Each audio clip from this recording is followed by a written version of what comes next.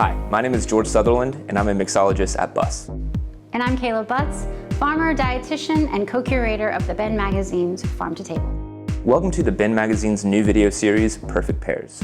Perfect Pairs showcases local chefs and mixologists creating the perfect pair for you to try at home. Today I'm going to be making gambas al ajillo, a local dish featuring shrimp in a garlic sauce. And I'm going to be making the Italian classic, the Negroni, which pairs perfectly with gambas al ajillo to stimulate your appetite. Let's get started. The shrimp with garlic is a very famous tapas, and for good reason. It's very easy to prepare, and all in all, it takes about 10 minutes. Let's do this. Here I've got some peeled garlic. I recommend at least 6 cloves, but if you're like me and love garlic, I'm gonna go for closer to 10. I wouldn't go more than a whole head of garlic though, especially if you're on a date. Just insider tip there. I'm gonna mince this pretty finely. If you wanna smash it, that's always a good way to get more garlic flavor out of your garlic. Next up, we're gonna add in some spice. I just got some dried peppers here. A very easy substitution that most of us have at home is going to be crushed red pepper or cayenne pepper. So I'm gonna dice this up and try not to touch your face after this, like I do, true story. Also, you can seed these peppers so that it's not so spicy. That's what I would do for my friends that I love. So now our prep is done and we are ready to go over the stove and get cooking. Cooking gambas al ajillo happens very quickly, so you need to be on your toes for this part. I highly recommend a cast iron skillet. If you don't have one, a really high quality nonstick will do in a pinch. I'm gonna start by adding about 4 tablespoons of olive oil. Olive oil has a higher smoking point than butter, so it can get hotter without burning and turning rancid. But butter gives it that great flavor that we're looking for. So we're gonna add in our minced garlic. Again, that was about 6 to 10 cloves, depending on your preference.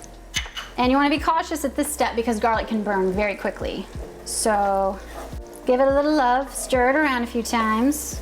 Wait until it becomes nice and fragrant. You want it to look a little bit translucent, but as soon as it starts to brown, you're in trouble. So now we add our pepper. This is going to add a nice bit of heat to the dish.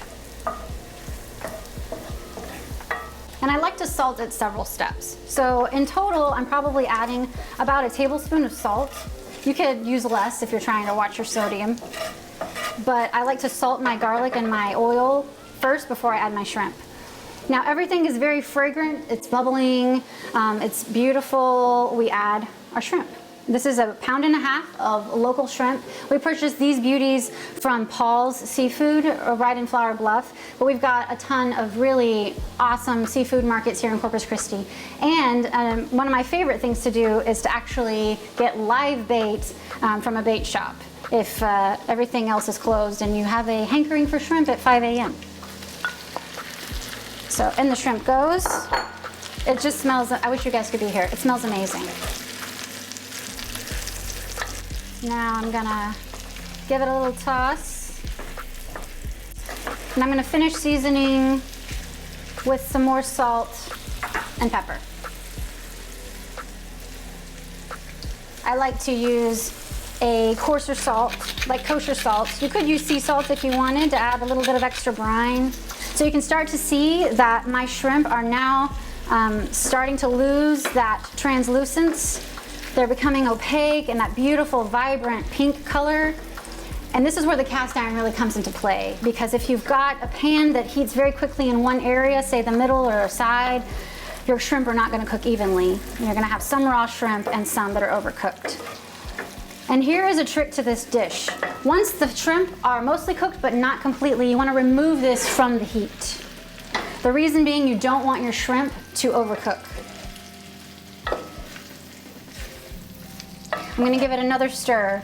And these are extra large shrimp, so they take a little bit longer to cook. If you're using smaller shrimp, I would recommend only cooking it for 2 to 3 minutes. But you wanna let the shrimp be your guide here. This recipe works great as an appetizer or a main course. I recommend when you serve it to make sure that you get plenty of this delicious pan sauce and drizzle it on the top, because that's the money right there. To garnish it, you can use any number of fresh herbs. Most traditionally, we use parsley, and that's what I'm going to use today. But you can also use herbs like tarragon, which gives it kind of a nice lemony finish, mint, which gives it a surprising bite, or basil, which grows really well in this area. Finally, some nice fresh lemon juice finishes off the dish and gives it a brightness and acidity. And I love serving this with my homemade white crusty bread. You can find that recipe and this recipe on thebenmag.com. One last slice for my fellow carb lovers, and there you have it.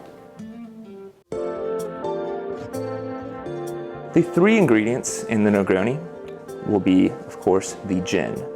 Then we will have Campari and sweet vermouth. Now, gin is one of the most interesting liquors there are in the entire world. One gin can taste completely different than another gin. You try vodka, you pretty much know what vodka tastes like. This is one of my favorite gins. This is Seersucker Gin out of San Antonio, Texas. A very citrusy, light notes to it.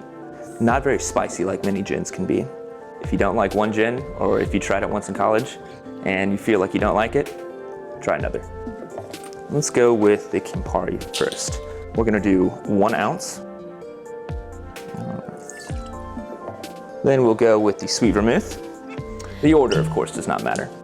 So the Negroni, Count Negroni, after a stint cowboying in the United States, went to one of his favorite bars in Italy and wanted something a little bit stronger. So he asked his bartender friend to put gin instead of the soda water in it. It became such a hit that people started ordering it all over throughout Italy and eventually throughout the rest of the world. The bigger the ice cube, the better. This has to do with surface area and dilution. You don't need too much. This will do just fine.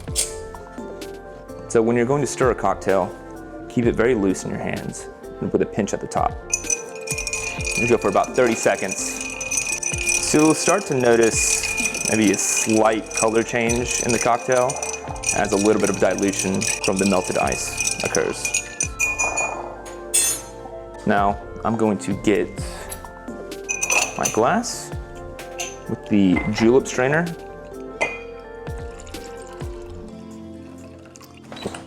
One of my favorites is to use a ball of ice. Final touches are going to be the orange garnish. When you're holding the orange, grip it and go nip to navel, dig it in, and cut the orange on top of the cocktail so that the oils can all get into the cocktail. Final touches, squeeze it, twist it, rim the glass, and sink it in. Enjoy.